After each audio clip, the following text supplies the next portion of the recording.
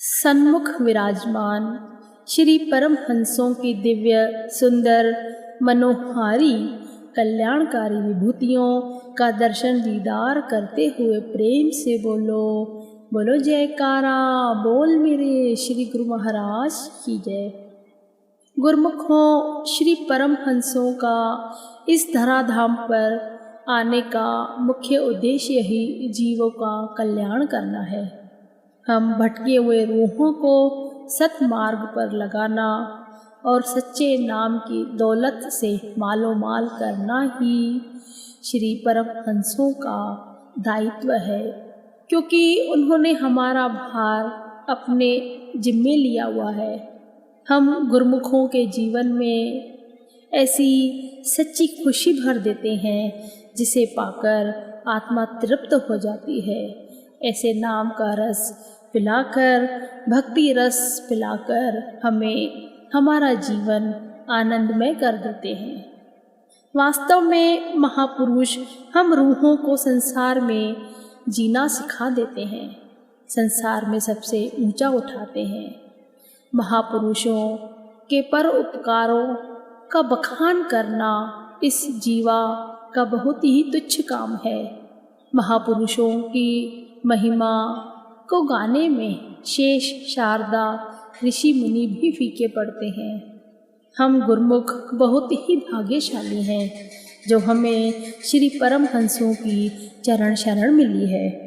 श्री गुरु महाराज जी तो सर्व कला समर्थ हैं।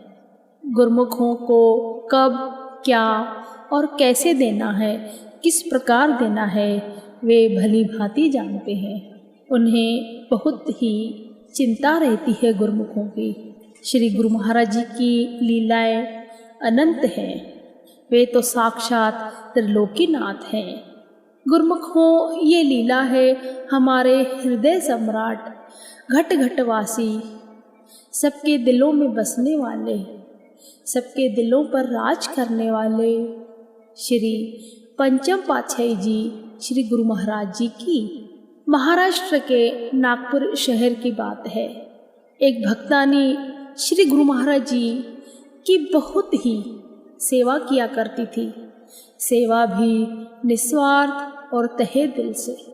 उस भक्तानी का भरा पूरा परिवार था।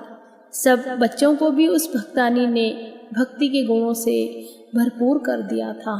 श्री गुरु महाराज जी की आरती पूजा, दर्शन दीदार, सेवा और सत्संग, ये सब बातें उसने अपने बच्चों को सिखा दी थी। सब बच्चे भी श्रद्धा भाव से श्री गुरु महाराज जी की आरती पूजा, सेवा किया करते थे। बारिश के दिन थे।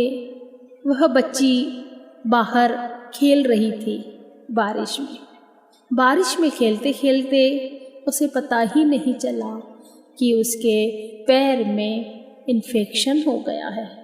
बारिश में इतना ज़्यादा खेली कि उसे ध्यान ही नहीं रहा। जब घर आई तो देखा पैर में पानी भर गया है और उस पानी की वजह से इन्फेक्शन हो गया है। डॉक्टर को दिखाया। डॉक्टर ने कहा ये इस पैर में तो इन्फेक्शन हो गया है और फिर पैर में कीड़े भी आने लगे। डॉक्टर ने कहा अंगूठा काटना पड़ेगा। पर गुरुमुखों, जिसके रक्षक हमारे परम पिता परमात्मा साक्षात त्रिलोकीनाथ, उनको तकलीफ कैसी। इस भक्तानी का श्री गुरु महाराज जी में अटूट विश्वास था, अटल विश्वास था।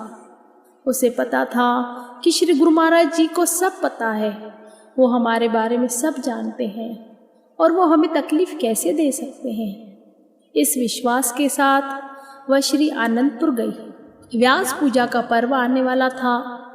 गुरु पूर्णिमा की तैयारियां जोरों शोरों से चलने लगी श्री आनंदपुर में। ये भक्तानी भी अपनी बेटियों को लेके श्री आनंदपुर चली गई। वहाँ पे अपनी बच्चियों को बोला श्री गुरु महाराज जी के दर्शन दीदार करना, सब ठीक हो जाएगा।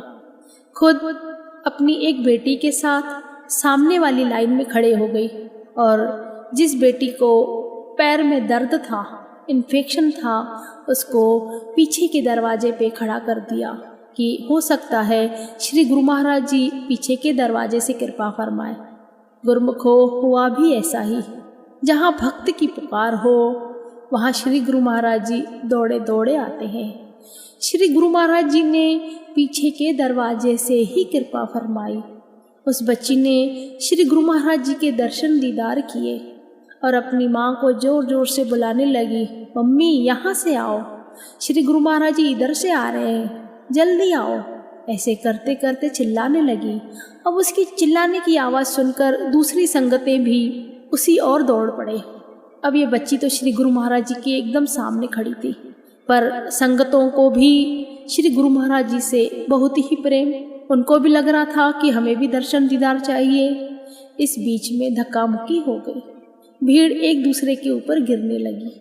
अब ऐसे में क्या हुआ, श्री गुरु महाराज जी का पैर उस बच्ची के पैर के ऊपर आ गया, जिससे उस बच्ची का पैर दब गया और पैर दबने की वजह से उसका बहुत ही खून बहने लगा।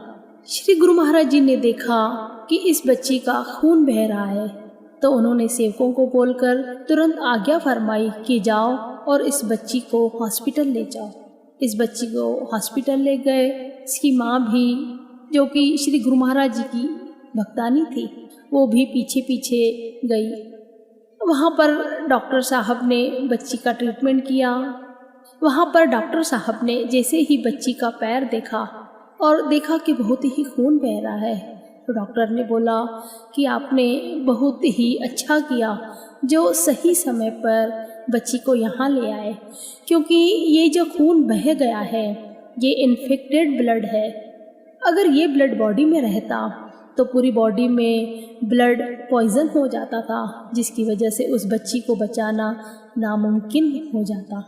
देखो गुरुमुखों, किस प्रकार श्री गुरु महाराज जी ने एक बच्ची की जान बचाई, किस प्रकार उस पर रहमत की। जहाँ डॉक्टर ने कहा था कि अंगूठा काटना पड़ेगा, वहाँ पर सब ठीक हो गया।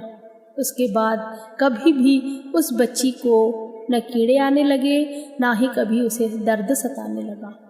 श्री गुरु महाराज जी तो सूली में से कांटा बना देते हैं, क्योंकि गुरुमुखों कर्मों का भी तो हिसाब होता है। पर हमारे श्री गुरु महाराज जी इतने दयावान हैं, वो तो करुणा के सागर है कि अपनी भक्ति देकर, अपनी नाम की सच्ची दात देकर हमारे कष्टों को दूर कर देते हैं। कष्टों को आने ही नहीं देते, अगर आ भी जाए तो हल्का सा बनकर गायब हो जाते हैं। तो इस प्रकार श्री गुरु महाराज जी ने उस बच्ची पर कृपा फरमाई। गुरुमुखों, एक्चुअली ये जीत तो अटल विश्वास की है। उस भक्तानी ने श्री गुरु महाराज जी पर अपना पूर्ण विश्वास रखा, तो श्री गुरु महाराज जी भी अपने बच्चों की लाज बचाने के लिए आते ही हैं, इसमें कोई दो राय नहीं है। जो भी गुरुमुख श्री गुरु महाराज जी की आरती पूजा, सेवा, सत्संग और सिमरन निष्काम भाव से करता है, उन गुरुमुखों के दुख दूर करने का दायित्व श्री गुरु महाराज जी ने अपने जिम्मे लिया हुआ है। उन गुरुमुखों को कभी भी कोई भी तकलीफ नहीं होती है। गुरुमुखों, विश्वास और अटल श्रद्धा ही वास्तव में जीत की निशानी होती है। जिस प्रकार उस भक्तानी ने श्री गुरु महाराज जी पर विश्वास रखा, दृढ़ विश्वास रखा और जीत उस विश्वास की हुई, इसी प्रकार हर गुरुमुख को केवल और केवल अपने इष्ट देव पर विश्वास रहना चाहिए। श्री गुरु महाराज जी ने नाम की दात देकर हमें माला माल कर दिया है। उस नाम का सिमरन पल पल हमारी जीवा पर, हमारे हृदय में बसना चाहिए। ऐसे नामधारी करुणामयी श्री परमहंस अवतार जी को दिल में बसाकर अटल विश्वास कर और नित्य नियम से पालना करनी चाहिए।